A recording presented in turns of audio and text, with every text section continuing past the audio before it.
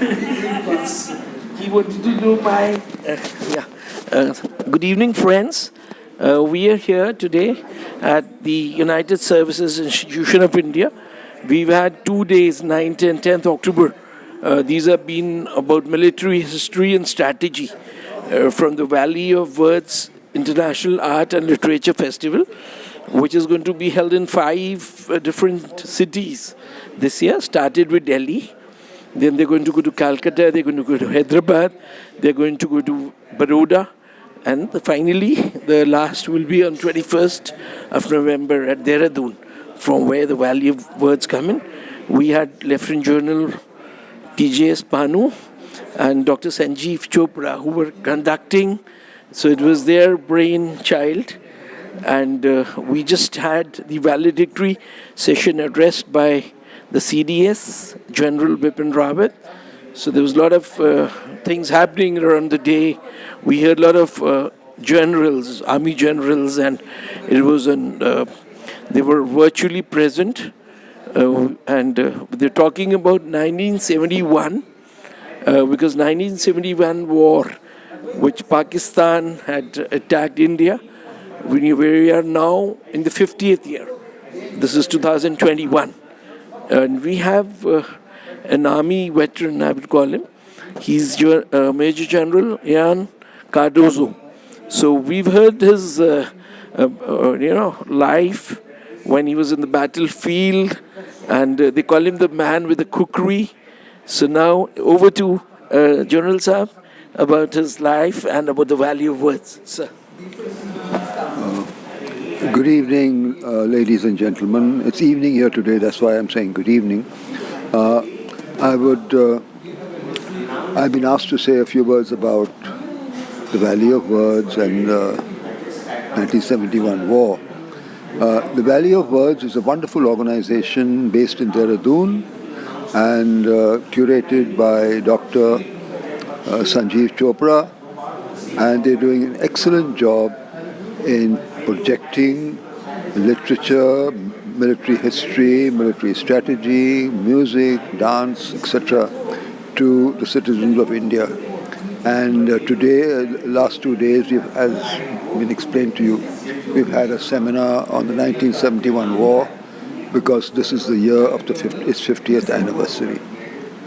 With regard to the war, it's a long war which can't be covered in just a few minutes, but I would just like to say that part of that war was the performance of my battalion, the 4th Battalion, the 5th Gurkha Rifles Frontier Force. Before the war started, of course, the 4-5 Gurkha Rifles was part of 59 Infantry Brigade, whose brigade commander was Bunty Quinn, and the 8th Infantry 8th Mountain Division, which was the GOC, was General Krishna Rao, who later on became the Army Chief, and the corps commander was General Sagat Singh, one of the most famed and most brilliant field commanders India has ever produced. General Sagat wanted to be the first in Dhaka.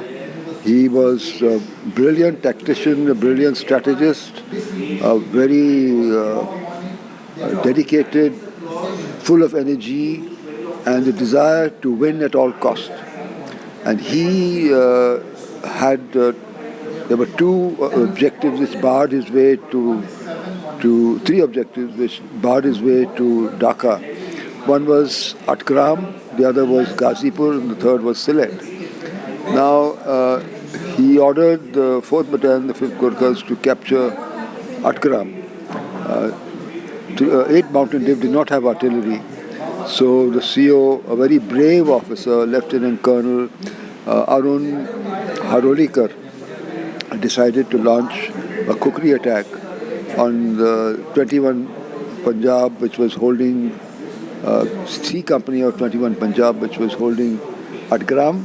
And to cut a long story short, it was a surprise attack launched at night with cookeries. We cut off a large number of heads that night, and we captured Atgram, and those who survived ran away and told their colleagues and companions, don't mess with the Gurkhas because you're liable to lose your head.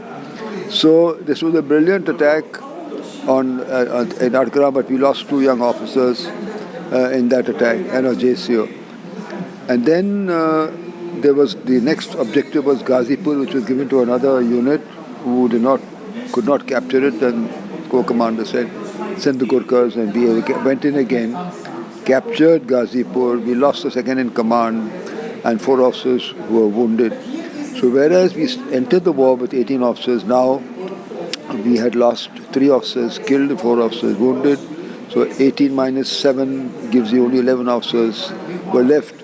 So the CO asked for a couple of days to reorganize the battalion, and he wanted time, and he was given 4 days to reorganize and recoup. But at this time, General Sagat Singh had received information that 202 Pakistan Infantry Brigade, which was holding Sylhet, had moved for the defense of Dhaka, and he wanted someone to go and capture Sylhet before Sylhet could be reinforced. So he told the Div Commander Krishna Rao and the Brigade Commander Brigadier Bunty Quinn, I want the Gurkhas to do it. So Brigadier Quinn said, sir, I have given the battalion commander 4 days to reorganize because they've suffered very heavy casualties. He said, no, cancel your orders, tell them I want them to go immediately. So the CO said, this is the only battalion in this corps, why can't somebody else be given this task? So he said, no. The General Sagat Singh said, I know the Gurkhas, they are best suited to this job, tell them to move immediately. So they moved, and by the 7th morning, normally in schools of instruction we are taught that a lot of detailed planning has to go on between the Air Force and the Army, and that takes quite a number of days, sometimes weeks, sometimes months, because training also is involved. But we, the 4th Battalion, the 5th Gurkhas, got the orders at 7 o'clock in the morning of 7 December. By 9:30, the CO was taken on a recce to recce the landing site, and 2:30 the battalion was flown in, Charlie Company and the battalion headquarters. So this was the first, I think, the fastest heli-borne operation conducted in military history anywhere in the world. But to our surprise, there was a lot of opposition when the Charlie Company and the battalion headquarters landed at Sylhet, and the CO was without his radio set, which was not taken in the first wave. So the Div Commander and the Brigade Commander did not know what was happening because there was no communication.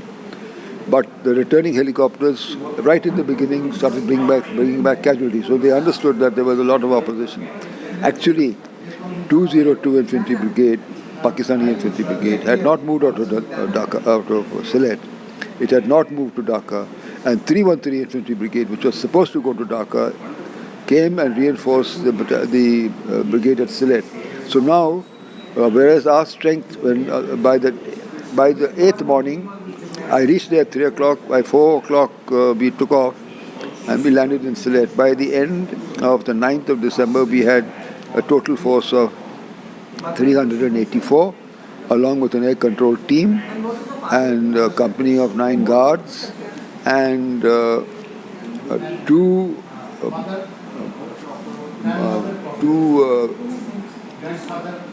RT guns.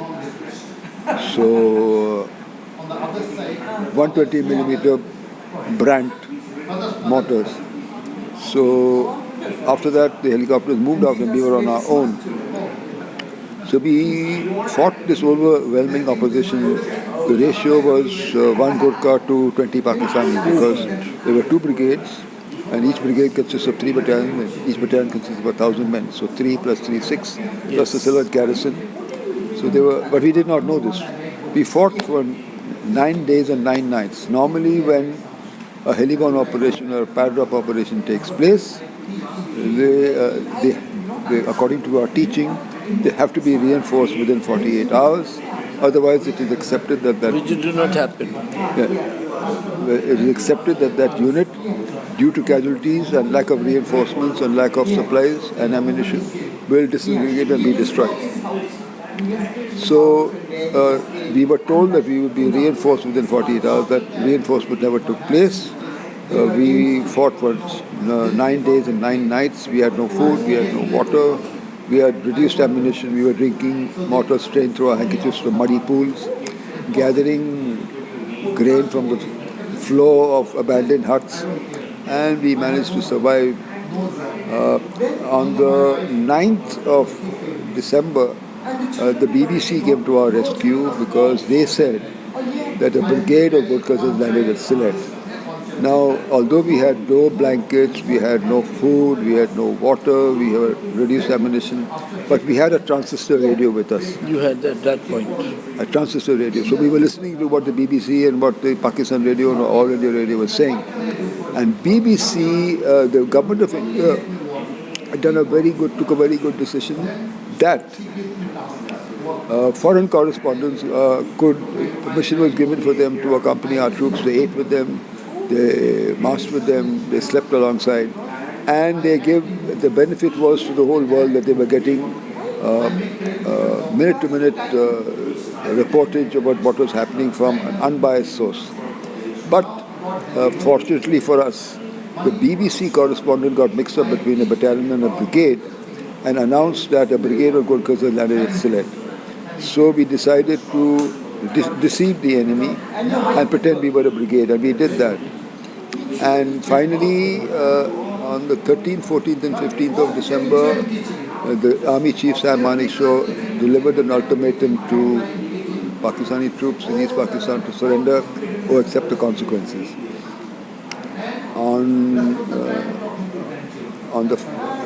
During that time, of course, the Pakistani artillery was very, very active.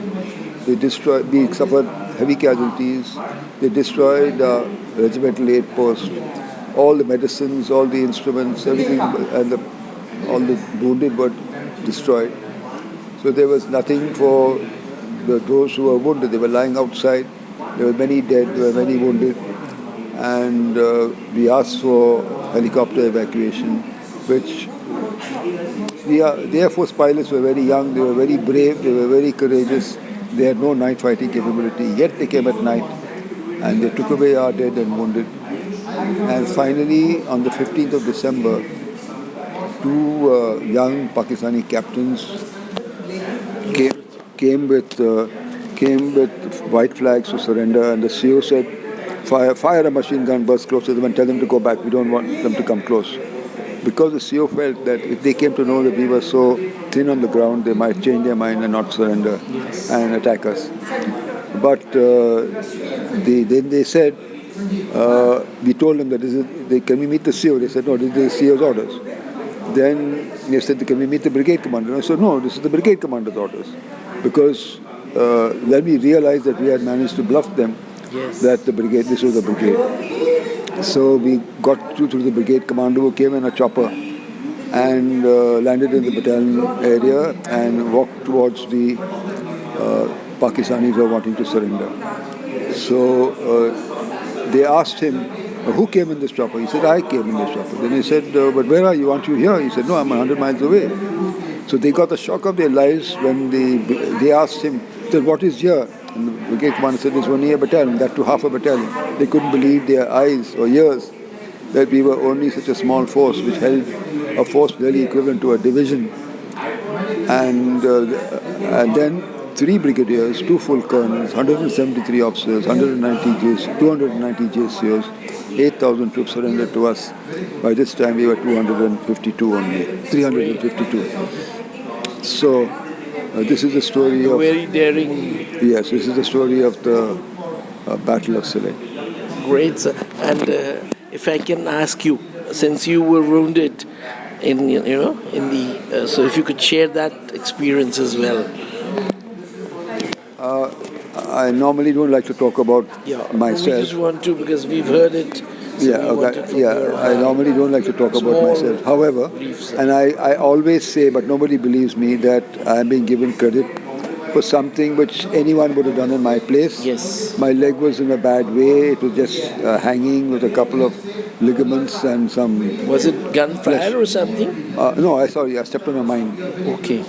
And there was, as I told you, the regimental aid post was destroyed. There was no medicine. There was no instruments, and so I cut off my leg with my kukri, and I didn't think much about it because there was no option, and anyone would have done the same thing in my place.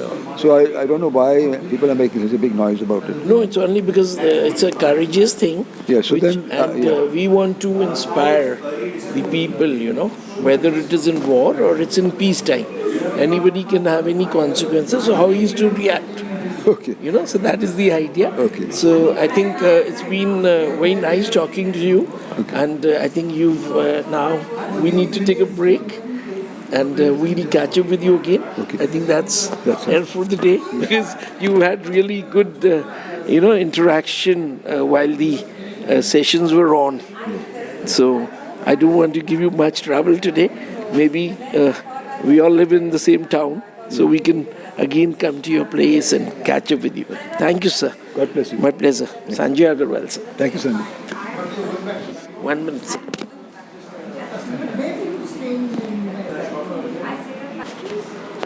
I don't like to give interviews. No, we're not doing this interview. It's something which, is a part of history. Yeah. So we were just talking informally to ma'am. Her name is Priscilla. So it's a very sweet name. And I would first ask her about herself. Means, she comes from which part of India? Mau. I come from Mau. Yeah. I'm born and brought up over there. All right. My parents were there. All right. And then I schooled right across the road in Mau.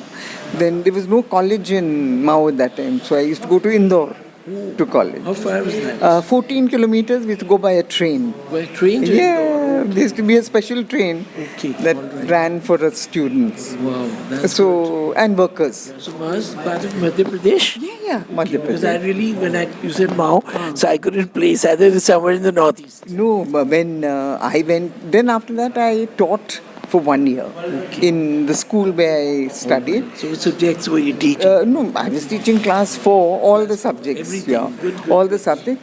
And basically to see whether I liked teaching. All right. So I enjoyed it. So then I went to Bombay and did my B.Ed over there in St. Xavier's. Wow. Great. And then immediately after the B.Ed, I got married. Okay, which year was this? This was 66. 66. 65, 66, I did my B.Ed. Yes. And immediately after the exams, I got married. Okay, so it was an arranged marriage. No, we met. He had come on a course to Mau. All right. Oh, wow. Mau is a military station. Okay, I was really not No, aware. no, no. It's a Therefore- pakka. All the training schools are there. Signals. He came to do a course, and He was that's in the Gurkha fort. yeah. He was in the Gurkhas. Huh? Yes. So actually, my uncles knew his family Okay. because my uncle studied medicine in Bombay All right. and came to know their family. And his grandfather was in Mau. Earlier, I didn't know them. No. And then we met and. You decided to get married. Yeah, and so in 66 we got married. That's lovely. Yeah. Okay. And what about your kids? Then we have 3 sons. 3 sons? Yeah. Okay. 3 boys. So, That's good. and then our first posting was in Mathura. Mathura. Field first. Okay. Then I stayed with my parents and went to Mathura. 2 of the sons were born there. So they were known as the Mathraka Krishnas. Krishna's. Okay, good. And then from there he went to Wellington. Okay, Wellington. In Yes. Wellington for the course, and after that the war broke out.